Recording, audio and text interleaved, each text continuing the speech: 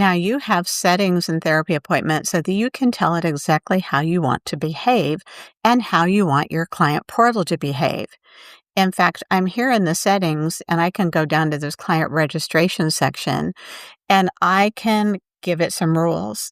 So if I am inviting a client to register with me, what do I want to ask them? I take insurance, so yes, I am requiring them to put a copy of their insurance card if they say they have insurance. I'm requiring them to put a credit card on file. I'm requiring them to complete and sign forms. I'm making it optional for them to give me a photo ID.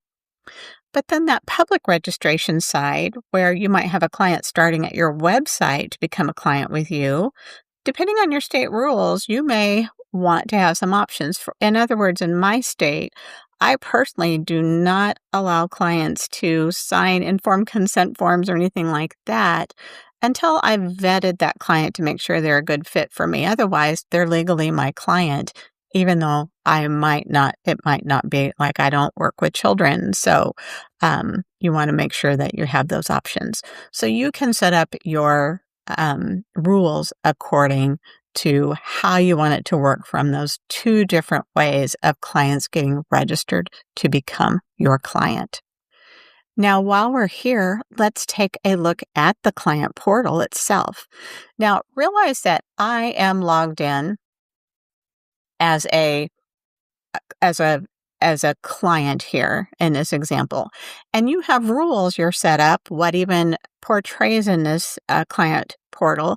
If you don't take insurance, then the client won't see anything about insurance. If you don't do any billing or charge clients for some reason, then they won't see any of that in their portal.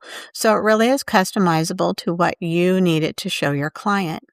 But this is just a look around at this client. They don't have any upcoming appointments scheduled yet. If they did, they'd see them down here and see if it was at in person and the location or if it was telehealth. They'll see that they have a responsibility, and because I'm connected with credit card payments and Therapy Appointment, they could go ahead and make a payment on their account here.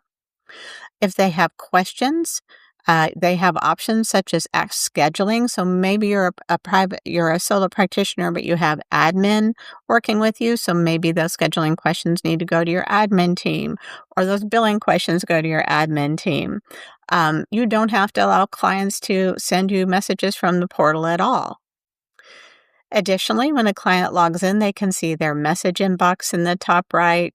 They can schedule a new appointment if you're allowing that. Right? So let me show you how that works. If they click schedule new appointment, now I want just to assure you that this works optimally on a phone or tablet for clients. I am on a wide desktop here, but it really does work well on a phone or tablet for a client. But let's say they're looking for an appointment, and what type of appointment? Maybe you want an in-office appointment. Maybe you offer different types. I allow clients to schedule into maybe a couple of different session types just so I know what that's going on with, but it's up to you what shows up here.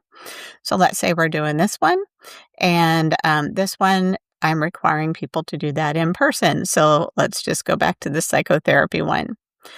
And then clients can see on the calendar down here what is available. So let's say they want to see if they could get in on Wednesday, and here's the availability on Wednesday. They can see the times available, and I'm allowing them to schedule either into telehealth or an in-person appointment. So let's just go ahead and click that, book it, and so now the client's on your schedule, and they can see that future appointment scheduled on their homepage, right? The fact that it's in person and where that location is.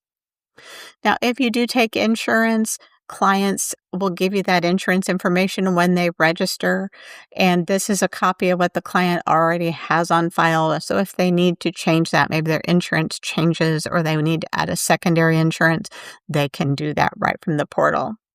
They also have a message inbox, so when you send them a message, they're going to get an email notification of a message waiting. It'll bring them right into Therapy Appointment so that they can respond to that message. Okay. And the other thing is those forms. Now, this client has completed a lot of those forms and documents, but these are some that they haven't started yet.